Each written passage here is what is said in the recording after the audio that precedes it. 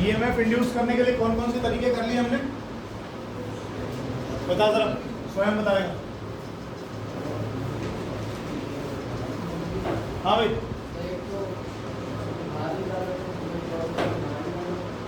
ऐसे बताएगा एग्जैक्टली आपने। फ्लक्स का फॉर्मूला क्या होता है, B a cos theta. EMF का फॉर्मूला क्या है, minus D five by D T. यानी आप क्या क्या कर सकते हो, आप मैग्नेटिक फील्ड बदल लो, आप एरिया बदल लो, ओरिएंटेशन बदल लो। कल कहाँ थे, फीवर, अरे बी बदल लो, ए बदल लो या थीटा बदल लो। बी कहाँ बदला था हमने, सबसे पहले फैराडे के एक्सपेरिमेंट में करा ही ये था, याद करो। ये कॉइल ली थी और कॉइल के पास क्या लेकर गए थे, मैग्नेट को लेकर गए। तो मैग्नेट को जब पास लेके जाओगे, दूर लेके जाओगे, पास लेके जाओगे, दूर लेके जाओगे, तो फ्लक्स इसके साथ बढ़ेगी घटेगी, बढ़ेगी घटेगी। फ्लक्स चेंज होगी तो क्या पैदा होगा, इंड्यूस्ड ईएमएफ, इंड्यूस्ड ईएमएफ। फिर हमने एरिया चेंज किया। क्या किया था हमने कल परसों किया था शायद, लास्ट क्लास, उससे पहले वाली क्लास। यहाँ पर हमने एक रेक्टेंगुलर कॉइल रखी, उसको बाहर की तरफ लेकर गए। जब बाहर लेकर गए तो इसका एरिया एसोसिएटेड विद फ्लक्स कम हो गया, या इसको अंदर की तरफ लाए तो एरिया एसोसिएटेड विद फ्लक्स बढ़ गया, तो एरिया चेंज हुआ। एरिया चेंज हुआ तो क्या चेंज हुई, फ्लक्स। फ्लक्स चेंज हुई तो क्या बना, आज हम तीसरा वाला कर रहे हैं, जब थीटा चेंज होगा। जब थीटा चेंज होगा, थीटा किसके बीच में, एरिया वेक्टर और मैग्नेटिक फील्ड के बीच, एरिया वेक्टर और मैग्नेटिक फील्ड के बीच। ये ले ली हमने कॉइल, ये ले ली हमने कॉइल, ये खड़ा कर दिया एरिया वेक्टर। अगर मैग्नेटिक फील्ड भी इधर कोई है और ये भी इधर कोई है तो फिलहाल एंगल है 0, है ना। फिर चेंज हो गया, चेंज हो गया, चेंज हो गया, चेंज हो गया, चेंज हो गया, ऐसे करके हम लगातार चेंज करते लिखो। और ये किसका प्रिंसिपल है, एसी जनरेटर का प्रिंसिपल। लिखे दो, induced EMF by changing, induced EMF by changing relative orientation of the coil and the magnetic field. Relative orientation of the coil and the magnetic field. ये मेरे फोन में अगर call आए तो बता देना, इसके पापा करेंगे नीचे से।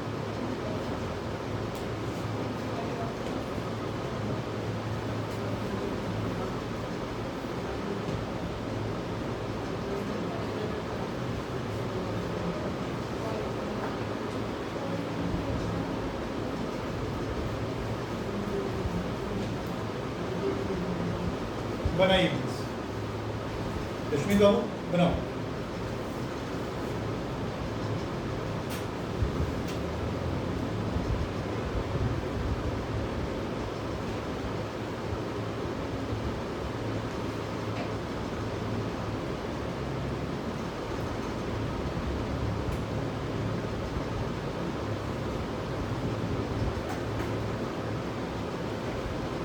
एक चीज डायग्राम जैसा भी दिख रहा है, असल में ये कॉइल ऐसे है, इस प्लेन में, यूं नहीं है, यूं नहीं है। ये मैग्नेटिक फील्ड है और कॉइल हमारी ऐसे perpendicular to magnetic field. Plane of coil is perpendicular to magnetic field, axis क्या है। फिर अभी कैसे घूमेगी, ऐसे, अभी ऐसे। ध्यान रखिएगा इस बात, लिखवा दूंगा हालांकि, लेकिन ये डायग्राम देख, अब ऐसे वाले को कैसे बनाऊं, बनेगा नहीं ना, ऐसे बनेगा। लिखो लिखो, कंसिडर अ कॉइल, इसका नाम रख देते हैं PQRS। ये AC जनरेटर की वर्किंग शुरू हो गई।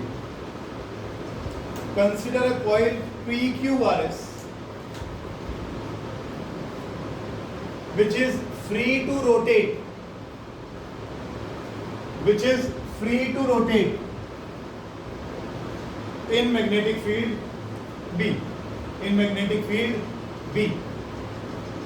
आगे लिखो, the axis of rotation, the axis of rotation of the coil is perpendicular to B, is perpendicular to B.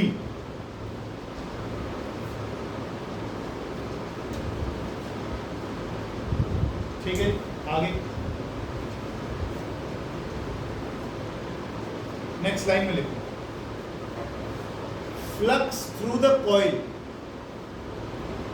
Flux through the coil. अरे किस केस में इस कॉइल में से मैक्सिमम फ्लक्स पास होगा? अरे 9971 जाओ जाओ।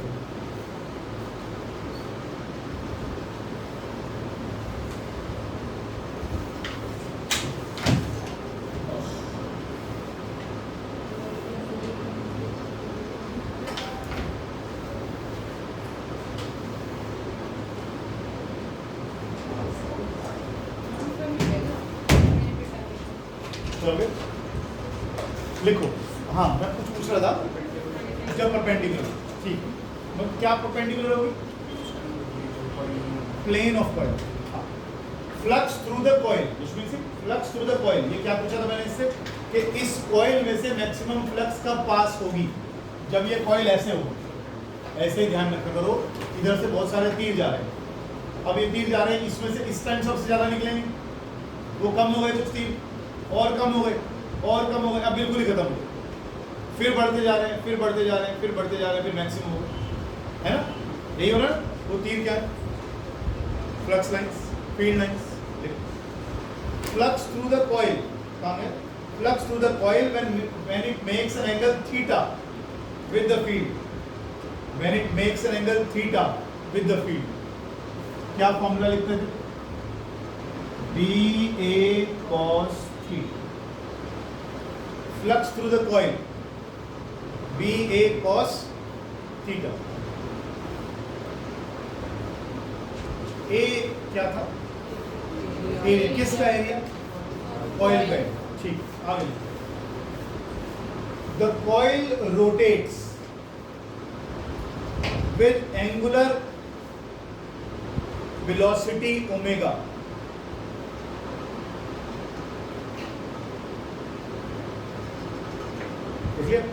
and turns through an angle theta, and turns through an angle theta in time t, in time t। Angular velocity का फॉर्मूला याद है? एंगुलर डिस्प्लेसमेंट अपॉन टाइम, तो थीटा किसके बराबर आ गया? ओमेगा इनटू टी, तो फाई किसके बराबर आ गया? B a cos omega, B a cos omega. लगातार ये एंगल चेंज हो रहा है थीटा, और थीटा चेंज होगा तो क्या बदलेगा? थीटा चेंज हो, लड़के भी बोल दिया करो कभी कभी, थीटा चेंज होगा तो क्या बदलेगा? फ्लक्स बदलेगा। फ्लक्स बदलेगा तो क्या होगा?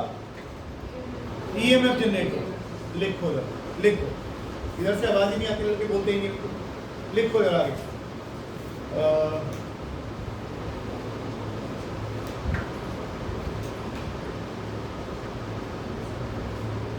As the coil rotates, as the coil rotates, flux associated with the coil changes.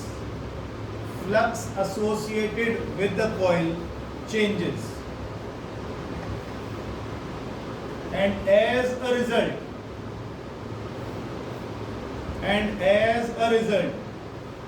EMF is induced in the coil। EMF का फॉर्मूला बताइए। Minus d phi by d t, तो minus d by d t of b a cos omega t. ठीक है, अगर coil में n number of turns होंगे तो n से मल्टीप्लाई कर लें। ठीक है, तो ये क्या आ गया? b और a तो कांस्टेंट है, इस पर क्या बदल रहा है? एंगल, यानी cos ओमेगा टी को इंटीग्रेट डिफरेंशिएट करना है, तो बाद में कितना आएगा?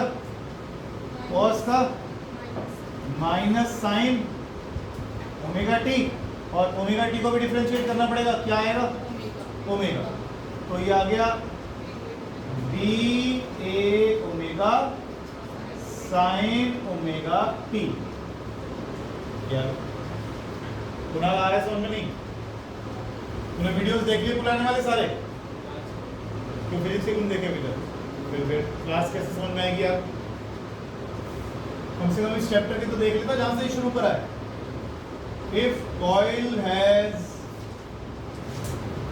n टर्न्स तो ईएमएफ हो गया n a b omega. EMF के एक्सप्रेशन में साइन आ गया, इसका मतलब ईएमएफ वेरीज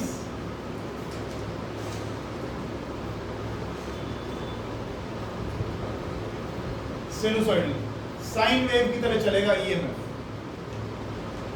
समझा रहा हूं, कर लो पहले।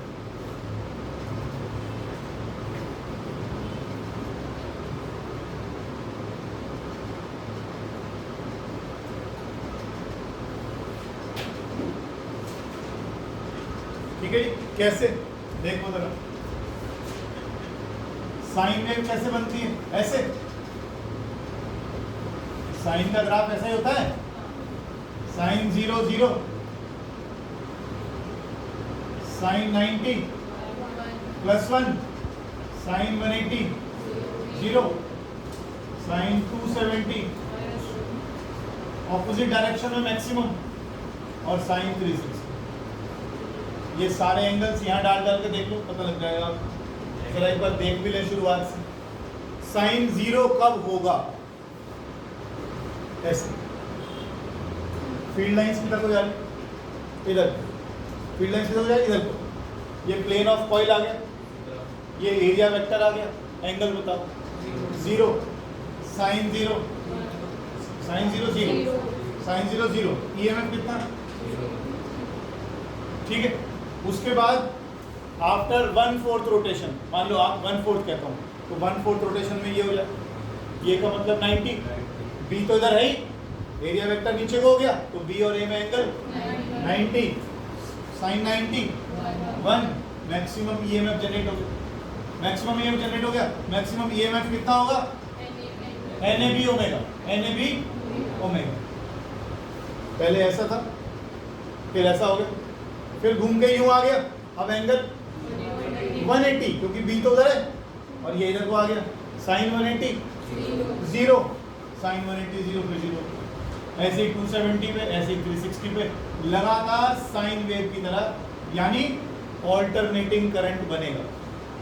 एक बार पॉजिटिव, एक बार नेगेटिव, एक बार पॉजिटिव, फिर नेगेटिव, पॉजिटिव, नेगेटिव, लगातार ऑल्टरनेटिंग करंट। ऑल्टरनेटिंग करंट कौन सा होता है? जो करंट अपनी डायरेक्शन एक पर्टिकुलर पीरियड के बाद लगातार बदले, लगातार बदले। ये रहा आपका वायर, इलेक्ट्रॉन इधर भागे, फिर इधर भागे, फिर इधर भागे, फिर इधर भागे, फिर इधर भागे, फिर इधर भागे, इसे कहते हैं एसी, इसे कहते हैं एसी। समझ रहे हो बात को? एसी मेजर कैसे करते हो? डीसी मेजर करना तो आसान है।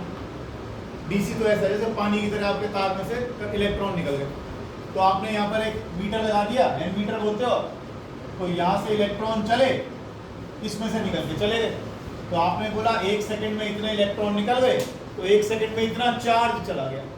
करंट का फॉर्मूला क्या होता है? करंट का फॉर्मूला क्या होता है? Charge per unit. तो जब आपने कहा 100 इलेक्ट्रॉन निकल गए, तो 100 इलेक्ट्रॉन का चार्ज निकाल लो, इतना चार्ज 1 सेकंड में निकल गया, तो आपने क्या बता दिया? इतना करंट आ गया, इतना करंट आ गया। डीसी निकालना तो बड़ा आसान है भाई। डीसी में तो क्या हुआ, इलेक्ट्रॉन एक तरफ से चलेंगे और दूसरी तरफ निकल जाएंगे, लेकिन एसी में कैसे मेजर करोगे? जब इधर जा रहे हैं, इधर जा रहे हैं, इधर जा रहे हैं, उस केस में कैसे मेजर करोगे? उस केस में इसको मेजर करने के लिए करंट की डायरेक्शन इंपॉर्टेंट नहीं है। कोई भी करंट फ्लो कर रहा हो, एसी या डीसी, तार तो गर्म होएगा, तार तो गर्म होएगा ना, तो हम I² R, क्या था ये? हीट का फॉर्मूला था। तो जब वायर में करंट फ्लो करेगा, तो चाहे इलेक्ट्रॉन इधर जाए, चाहे इलेक्ट्रॉन इधर जाए, चाहे इलेक्ट्रॉन इधर जाए, चाहे इलेक्ट्रॉन इधर जाए, हीट तो पैदा होगी। हम वो हीट निकाल लेंगे कितनी पैदा हुई, और उस हीट से हमें पता लग जाएगा इसमें कितनी AC फ्लो कर रही है। अगर आपने DC का वोल्ट मीटर या DC का एमीटर यहाँ लगा दिया, काम AC में कहीं पर भी काम करेगा? काम ही नहीं करेगा। DC का एमीटर काम कब करेगा? जब उसमें से 1 सेकंड में इतने इलेक्ट्रॉन निकल जाएंगे तो हम बता देंगे इतने करंट पास हो गए। AC में कैसे करोगे? AC में तो क्या हो रहा है, कभी पॉजिटिव कभी नेगेटिव, कभी पॉजिटिव कभी नेगेटिव, कभी पॉजिटिव। एक रेगुलर इंटरवल के बाद करंट अपनी डायरेक्शन लगातार बदल, करंट लगातार अपनी डायरेक्शन बदल। ठीक, चलिए आगे चलते हैं। नेक्स्ट लिखिएगा eddy currents, EDDY, EDDY, eddy currents.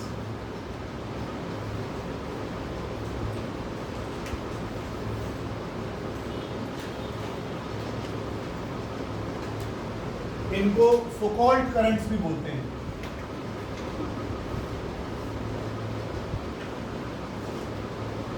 ज्यादातर टर्मिनोलॉजी अभी आजकल ये यूज होती है, एडी करंट। लिखो, the eddy currents are the induced currents.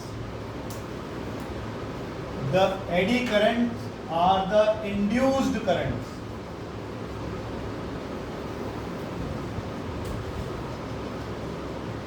in the body of a conductor, in the body of a conductor, when the flux linked with the conductor changes,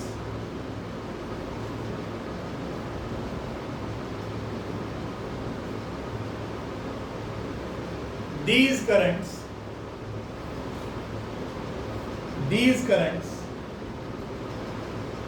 form closed paths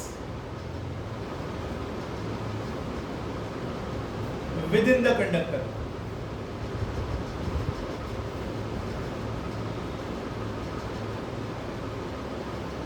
and resembles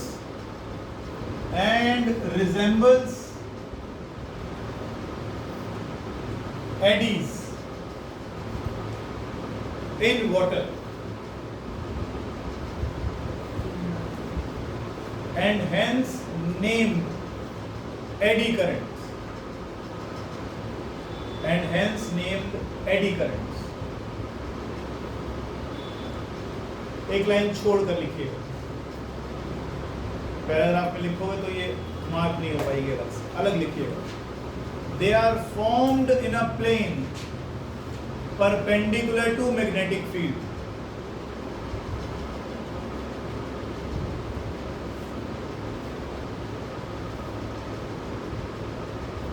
इस पर star लगा लीजिएगा, ये line important. एक और star लगाइए।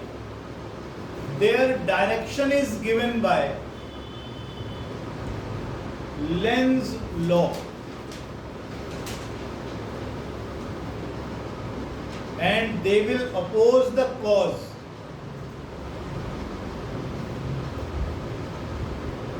which has produced it।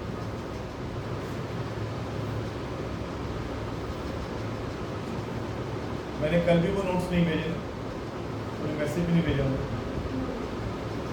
मैं भी भूल जाता हूँ, काम इतने हो गए हैं। फोन लगा हुआ मैं, रिकॉर्डिंग नहीं हो रही,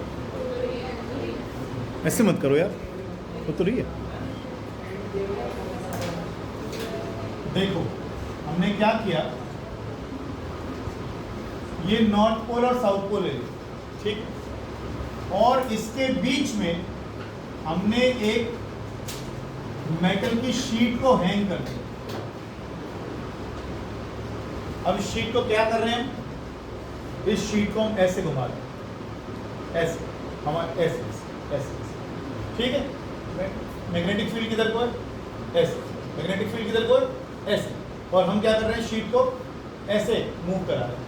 जब हम शीट को ऐसे हिलाते हैं तो कुछ चेंजेस इसके अंदर आते हैं, इसके अंदर करंट्स पैदा होते हैं। करंट क्यों पैदा हो रहे हैं, देखो अभी तो फिलहाल ये फील्ड लाइंस है, ये फील्ड लाइंस है और ये मेरी मेटल की प्लेट है। मेटल की प्लेट जैसे जैसे जैसे अंदर जाती है तो पहले तो इसके साथ कोई फ्लक्स नहीं थी, अब इसके साथ फ्लक्स बढ़ गई बढ़ गई बढ़ गई बढ़ गई, मैक्सिमम हो गई। अब बाहर निकलेगा तो फ्लक्स घट गई घट गई घट गई घट गई घट गई। और ये तो अभी हम पढ़ के आए हैं, फ्लक्स बढ़े या फ्लक्स घटे क्या पैदा होगा? ईएमएफ। ईएमएफ पैदा होगा तो क्या बनेगा? उसमें करंट आएगा। अब ये तो मेटल की शीट है, वायर तो है नहीं कोई, यहाँ पर तो स्केलेटन वायर ले लिया मैंने, कुछ और ले लिया, शीट है, शीट में भी करंट बनेगा। इसके अंदर जो फ्री इलेक्ट्रॉन्स है ना वो गोल गोल घूमना शुरू कर देते, जरूरी नहीं है गोल गोल ही हो, वो घूमना शुरू कर देंगे ऐसे ऐसे ऐसे घूमना शुरू कर देंगे। ये शीट मिल गई, जहां जगह मिलेगी वहां घूमना शुरू कर देंगे, यहाँ जगह मिलेगी ऐसे घूमना शुरू कर देंगे, ऐसे घूमना शुरू कर देंगे, ऐसे जहां जगह मिलेगी। जैसे पानी में वो भंवर नहीं बन जाता, पानी गोल गोल घूमता है तो एडी करंट्स बोलते हैं उसको, या व्हर्लपूल भी बोल देते हैं। पानी घूमता है ऐसे ऐसे करके तो वो भंवर बन जाता है पानी का। तो क्या वैसी शक्ल नहीं लग रही देखने में कि गोल गोल गोल गोल पानी घूम रहा है ऐसे करके? इसीलिए ना इनका नाम एडी करंट्स। इनको जहां जगह मिलेगी ये वहां बनने शुरू हो जाएंगे, पहली चीज। दूसरा, कहाँ बनेंगे और किस डायरेक्शन में घूमेंगे? कहाँ बनेंगे? क्या लिखा आपने? They are formed in a plane perpendicular to magnetic field. एक तो ये, इनकी घूमने की दिशा कैसी होगी कि वो, अच्छा एक बात देखो, इसमें ये जो घूम रहा है ऐसे ऐसे, इसके अंदर एडी करंट्स बन रहे हैं, उससे क्या हो रहा होगा? ईएमएफ की डायरेक्शन क्या होगी? ईएमएफ की डायरेक्शन कैसी होगी? ईएमएफ की डायरेक्शन कैसी होगी? लेंज रूल क्या कहता है? लेंज रूल कहता है कि अगर कोई भी चेंज हो रहा है ना तो उस चेंज को अपोज किया जाएगा। चेंज क्या हो रहा है? देखो यहाँ ये मैग्नेटिक फील्ड लाइंस आ गई, ये मैग्नेटिक फील्ड लाइंस आ गई। फिलहाल कोई कॉइल, इसके साथ करंट है, वो सॉरी फ्लक्स है नहीं, फ्लक्स बढ़ गई बढ़ गई बढ़ गई बढ़ गई बढ़ गई, मैक्सिमम हो गई। ये कहेगा फ्लक्स क्यों बढ़ने दूंगा? फ्लक्स क्यों बढ़ने देगा अपने अंदर से? मान लो इधर वाला पोल नॉर्थ है और उधर वाला पोल साउथ है, तो फील्ड लाइंस किधर से जा रही है? यूं जा रही है, फील्ड लाइंस इधर को जा रही है। अब आपने इसके अंदर से कॉइल को ऐसे डाला डाला डाला डाला तो ये नॉर्थ पोल के सामने नॉर्थ पोल बना देगा। क्यों बनाएगा? ताकि आसानी से अंदर ना आना पड़े, रिपेल हो जाऊं मैं, दूर चला जाऊं इससे। लेंज रूल क्या कहता है? जो भी कॉज, कारण है फ्लक्स के चेंज होने का, उसको अपोज किया जाएगा। क्या बोला मैंने? जो भी कारण है फ्लक्स के चेंज होने का, उसको अपोज किया जाएगा। फ्लक्स बढ़ कैसे रही है? क्योंकि ये इसके अंदर घुसता जा रहा है, ये मूवमेंट कर रहा है इसके अंदर, ये गया गया गया अंदर, ये आ गया आपको, अब ये पूरा अंदर आ गया, इसका मतलब फ्लक्स मैक्सिमम हो गई। ये कहेगा नहीं नहीं, फ्लक्स मैक्सिमम पहले ही नहीं से होने दूंगा। जैसे ही वो एंटर करने की कोशिश करेगा, इसमें करंट की डायरेक्शन ऐसी बन जाएगी कि ये नॉर्थ पोल बन जाएगा, ये नॉर्थ पोल बन जाएगा। नॉर्थ पोल बन जाएगा तो ये वाला नॉर्थ इसको रिपेल करेगा, तो कोशिश होगी कि अंदर ना हो। लेकिन क्योंकि कॉइल के अंदर पहले से मोमेंटम है तो कॉइल तो यूं जाएगा। लेकिन जब ये जाएगा तो ये क्या झेलेगा? ऑपोजिशन। ऑपोजिशन झेलेगा तो क्या ये फ्रीली रोटेट कर लेगा? नहीं, ये इतना तेजी से आएगा लेकिन यहाँ के धीरे हो जाएगा, फिर ये बाहर निकलेगा, फिर बाहर निकलेगा। जब ये बाहर निकलने लगेगा तो ये क्या कोशिश करेगा? अब ये बाहर ना जाए, क्योंकि अब फ्लक्स घटेगी। दोनों बार फ्लक्स के बढ़ने और घटने को रोका जाएगा। पहली बार में ये अंदर जा रहा था तो फ्लक्स बढ़ गई बढ़ गई बढ़ गई, मैक्सिमम होने लगी, तो ये कहेगा नहीं नहीं मैक्सिमम नहीं होने दूंगा, तो ये नॉर्थ के सामने क्या बना लेगा? तो ये फेस कैसा बन जाएगा? नॉर्थ। नॉर्थ पोल बनेगा तो कौन सी वाइज करंट आएगा इसमें? Anti clockwise. तो इसमें एंटी क्लॉकवाइज करंट आएगा, और इधर कौन सा है? क्लॉकवाइज आएगा। समझ रहे हो बात को? समझ रहे हो बात को? ये एडी करंट्स बन रहे हैं इसके अंदर, वो जो गोल गोल भंवर जैसे बन रहे हैं, ये उनकी डायरेक्शन की बात हो रही है कि कैसे करंट्स बनेंगे? Anti clockwise. ताकि कौन सा पोल बने? नॉर्थ। ताकि ताकि इस मेटल की शीट को अंदर आने से रोका जा सके। लेकिन ये मेटल की शीट अंदर आ गई, अब इसके साथ कैसी फ्लक्स हो गई? मैक्सिमम। अब ये बाहर निकलने लगी, कह रहा बाहर निकल गई। जब फ्लक्स मैक्सिमम हो ही गई, अब फ्लक्स घटने की कोशिश कर रही है, तो कह रहा है क्यों घटने दूंगा? तो करंट की डायरेक्शन बदल जाएगी, और ये नॉर्थ था तो सामने क्या बनने लगेगा? ताकि ये बाहर ना निकलने पाए। तो यहाँ पर पोल डायरेक्शन कैसी हो जाएगी? क्लॉकवाइज। तो ये शीट, मेटल की शीट को अंदर आने से भी रोकेगा और बाहर जाने से भी रोकेगा। तो जो मेटल की शीट फ्रीली रोटेट करती है ऐसे ऐसे, जैसे ही मैं इसको छोड़ूंगा ये तुरंत यहाँ पे आके कट, यहाँ रुक जाएगी। एक सेकंड है, आगे चलिए, कहाँ तक पहुंचे हम? हाँ, तो अगर हम इस कॉइल को इसके अंदर फ्रीली स्विंग करेंगे तो ये ऐसे होगी। मान लो ये एक इलेक्ट्रोमैग्नेट लगा रखी है और मैंने इलेक्ट्रोमैग्नेट को ऑफ कर दिया, तो ये अपने टाइम पीरियड से, नॉर्मल टाइम पीरियड से ऐसे मूव करेगी। लेकिन जैसे मैं इलेक्ट्रोमैग्नेट को ऑन करूंगा ये तुरंत रुक जाएगी। तुरंत क्यों रुक जाएगी? जब ये अंदर आएगी तो सामने सेम फेस बनेंगे ताकि रिपल्शन हो। जब ये बाहर निकलने की कोशिश करेगी तो ऑपोजिट पोल्स बनेंगे, अट्रैक्ट करेगी। बेसिकली हो क्या रहा है, फ्लक्स क्यों बदल रही है? क्योंकि ये कॉइल हिल रही है। फ्लक्स क्यों बदल रही है? क्योंकि ये मेटल की शीट हिल रही है। अगर ये मेटल की शीट नहीं हिलती तो फ्लक्स चेंज नहीं होती, तो फ्लक्स चेंज नहीं होती। इसका मतलब इसका हिलना ही फ्लक्स के चेंज करने का कॉज है। और ये इसकी डायरेक्शन करंट की कैसी बनेगी कि इस कॉज को अपोज किया जाए। कॉज कैसे अपोज होगा? नॉर्थ के सामने नॉर्थ बनेगा, अंदर आएगी, और साउथ के सामने साउथ, है ना। और जब ये बाहर निकलेगी तो नॉर्थ के सामने साउथ बनेगा ताकि वापस खींच के ले आए इसको, और ऐसे ही यहाँ की तरफ से बनेगा। तो इसकी डायरेक्शन कैसी होगी? क्या लास्ट लाइन लिखी है आपने? Direction is such so as to oppose the cause changing the flux, ये लिखा है। और दूसरा, ये कौन से प्लेन में बनते हैं? Perpendicular to magnetic, perpendicular to magnetic. ये लास्ट की दो लाइन लिखी है, चेक कर सकते हैं। क्या परपेंडिकुलर बन इसी प्लेन में बन रही है, यूं नहीं बनेंगे, यूं बनेंगे परपेंडिकुलर टू मैग्नेटिक फील्ड, इसी प्लेन में यहाँ पर, ठीक है।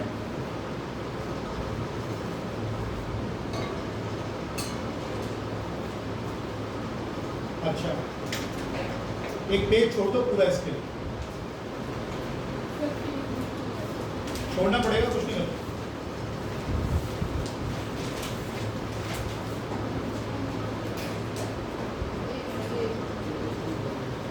अगर मुझे इन्हें रोकना है, एडी करंट्स को रिड्यूस करना है, तो मैं क्या करता हूँ?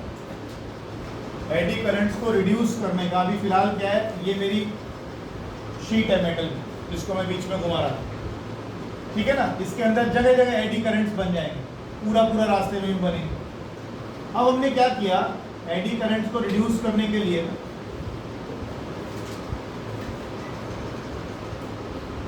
हमने इसमें स्लॉटिंग कर दी, बीच बीच में इसको हमने काट दिया। किसी दिन तो मैं छोटा सा ट्रांसफार्मर ला के दिखाऊंगा, मेरे पास पड़ा हो इतना सा, हर छोटी छोटी चीज़ों में डिवाइसेस में आता है, उसको तोड़ के रखा हुआ है। आप उस पर देखोगे उसकी कोर जो बनाई जाती है, कोर ट्रांसफार्मर की जो कोर बनाई जाती है, वो एक पूरा लोहे का पीस नहीं होता, उसमें ऐसे ऐसे एम शेप के शीट्स होती है, पूरा सॉलिड कोर नहीं होता। क्या करते हैं, सॉलिड कैसे बनाते हैं, एक एम ऐसे ले लिया, दूसरा एम यहाँ से लाया, यूँ फंसा दिया, फिर ऊपर वाला ऐसे फंसा दिया, फिर नीचे वाला ऐसे फंसा दिया, तो धीरे धीरे धीरे क्या होगा, ये इतनी मोटी शीट बन जाएगी, और उसके बीच में इंसुलेटिंग मटेरियल लगा देते हैं। ऐसा क्यों करते हैं, ऐसा क्यों करते हैं, कारण समझो।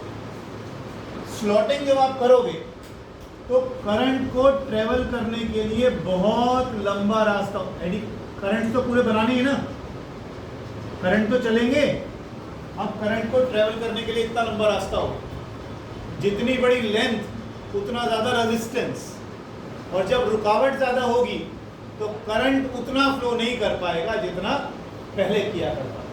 तो आपने स्लॉटिंग कर दी इसके अंदर, इस तरीके से काटने से क्या हो जाता है, करंट्स रिड्यूस हो जाता है, करंट्स रिड्यूस हो जाता है। दूसरा जो मैं आपको बता रहा था, इसमें एडी, अगर मैं पूरी एक कोर बना लूँ मोटी सी, तो उसके अंदर जगह जगह रास्ता, जगह जगह क्या बनेंगे, एडी करंट्स बनने लगेंगे। लेकिन हम करते क्या है, इसको स्लॉट कर दिया, इसमें वार्निश लगा दी या कोई इंसुलेटिंग मटेरियल लगा दिया, और फिर दूसरा यहाँ से शीट लगा दी, फिर इंसुलेटिंग मटेरियल लगाया, फिर शीट लगा दी, फिर वार्निश लगाई, फिर शीट लगा दी, धीरे धीरे धीरे हम इसको इतना मोटा कर देंगे। अब एक के एडी करंट दूसरे में नहीं बनने के, क्योंकि एक के एडी करंट दूसरे में नहीं बनेंगे, क्योंकि बीच में क्या आ गया, इंसुलेशन आ गया। इंसुलेशन आ गया तो एक में करंट बन रहे हैं, दूसरे में नहीं बने। समझ रहे हो बात को? तो धीरे धीरे हम क्या कर रहे हैं, एडी करंट्स को रिड्यूस कर रहे हैं। अब एडी करंट्स के कहीं तो फायदे हैं और कहीं बड़े नुकसान हैं इसके। जहाँ मैं ट्रांसफार्मर की कोर बार बार बात कर रहा हूँ, वहाँ हमें नुकसान होता है इसका, क्योंकि ट्रांसफार्मर का काम क्या होता है, वोल्टेज को स्टेप अप करना या स्टेप डाउन करना। अब ये किसी भी चीज़ के, अब मान लो ये मेटल की शीट को मैं ऐसे ऑसिलेट करवा रहा हूँ, या मेटल की शीट में क्या बन रहे हैं, एडी करंट्स बन रहे हैं। अगर शीट में करंट घूम रहे हैं, कभी भी करंट चलेगा तो क्या पैदा करेगा, हीट।